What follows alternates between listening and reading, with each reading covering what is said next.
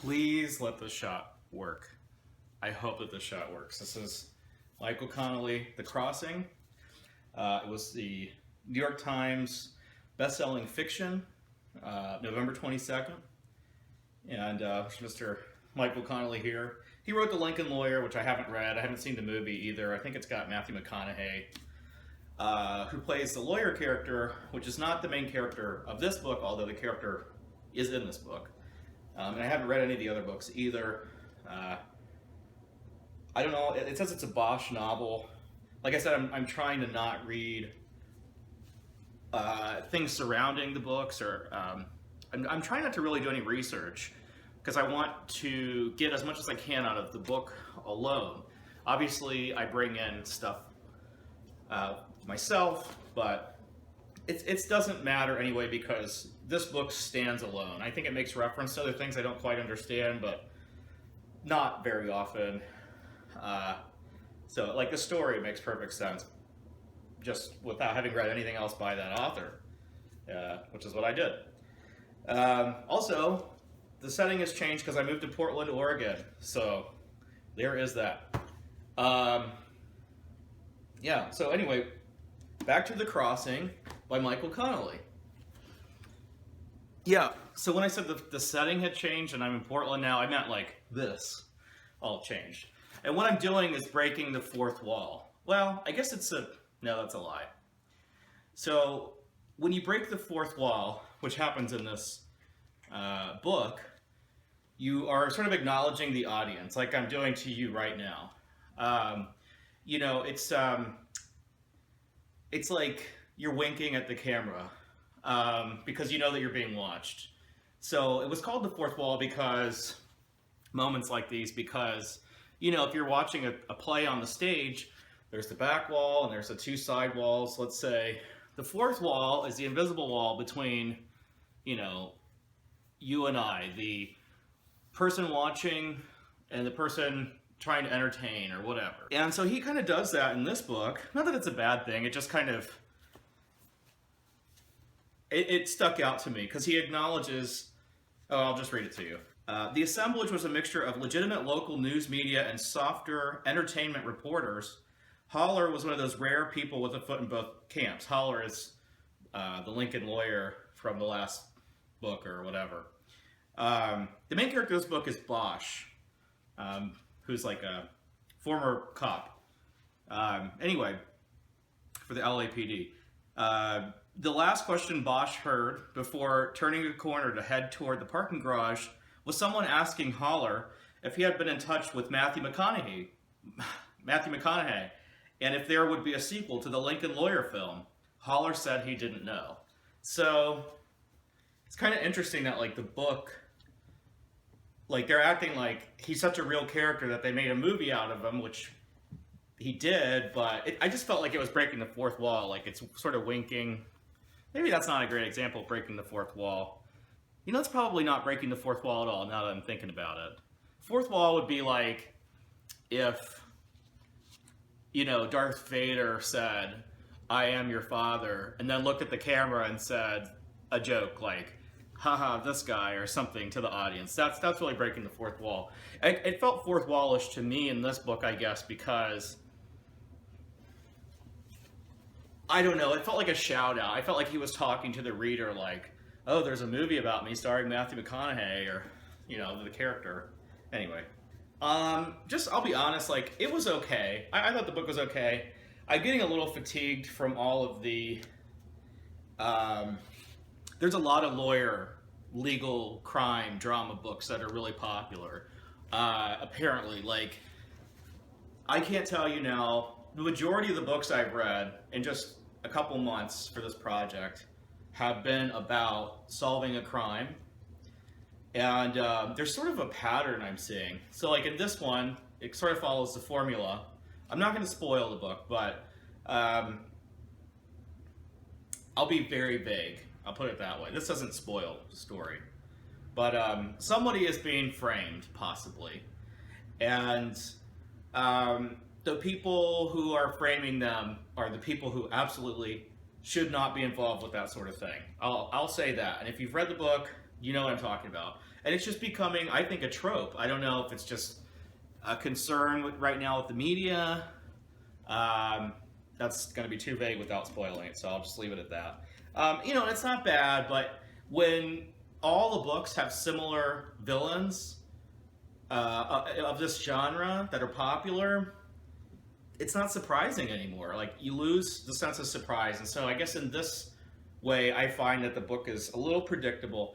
But it is interesting.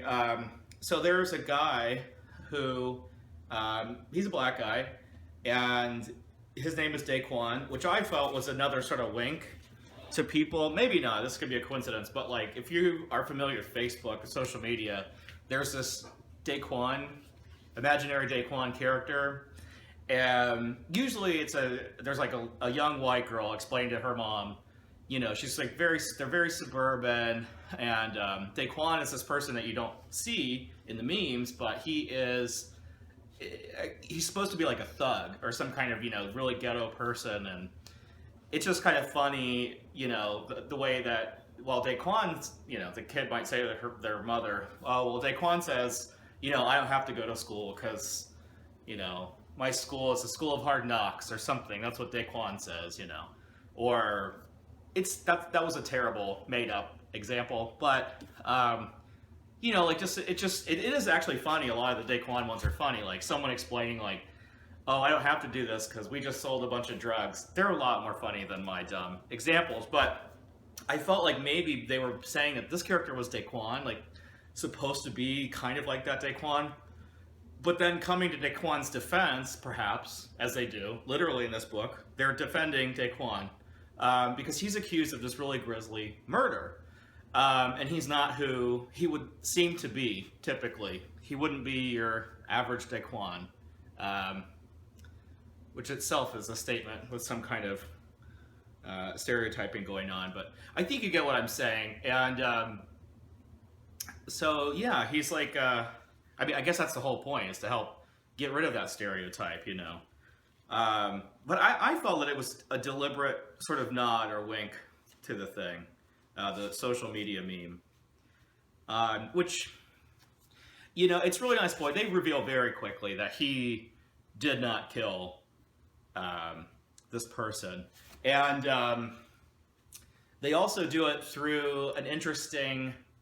other common thing I'm seeing a lot in books right now, which makes sense. I don't know how long that these trends have been going. I've seen it just a lot in the last several, when I just started. But like, just some kind of gay character is definitely worked in some way. I just feel like that's maybe a hot topic right now, and it's okay to talk about more. So maybe a lot of authors are jumping on the gay bandwagon and having gay characters, and I don't mind, but it was an amusing, the way it's worked into this story is amusing. I'll put it that way. But this book really is more serious. This is a more serious book for sure than some of the others I've been reading. There's a really dark murder scene that's described.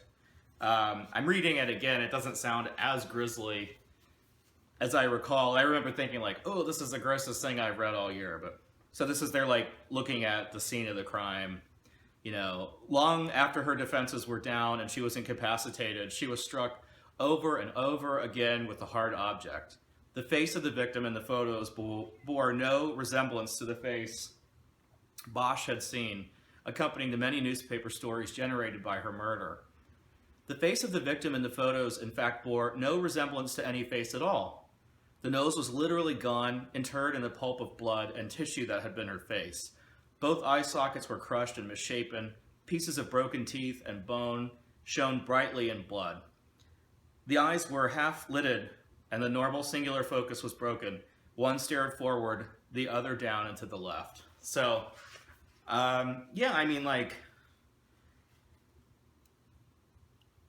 it doesn't bother me. I like that it's more... I don't want to read a whole book of that, like endless gore. It's something I might write when I was in 4th grade or something. But no, it's cool. Like, it's cool because I guess it doesn't shy away from anything. I guess what I'm saying is this book is rated R. which is great. Michael Connelly. He is a good author.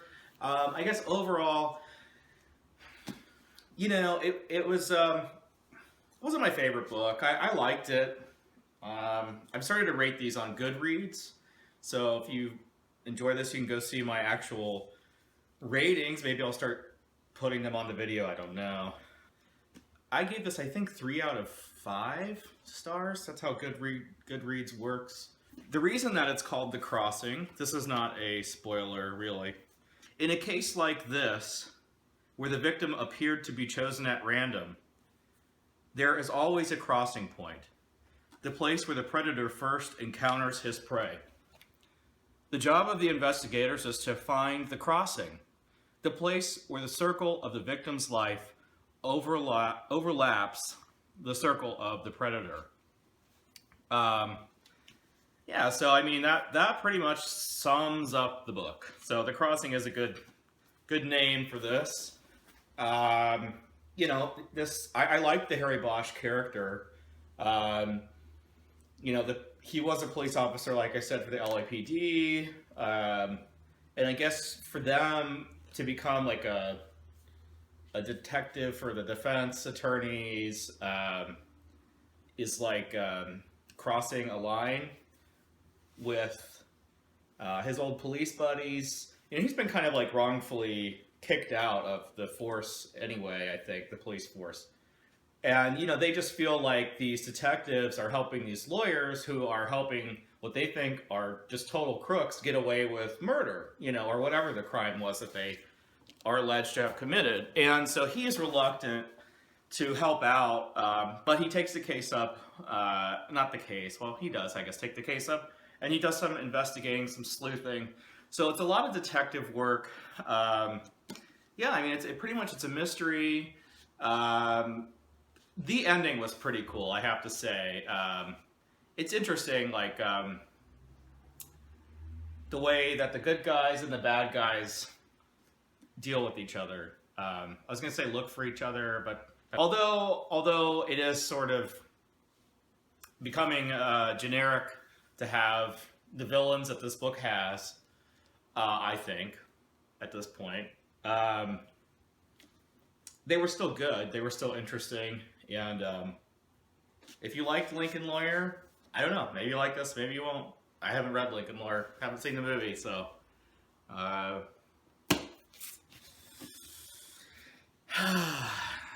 what do you say, Calypso? Should I shut up now? Yeah, all right, bye.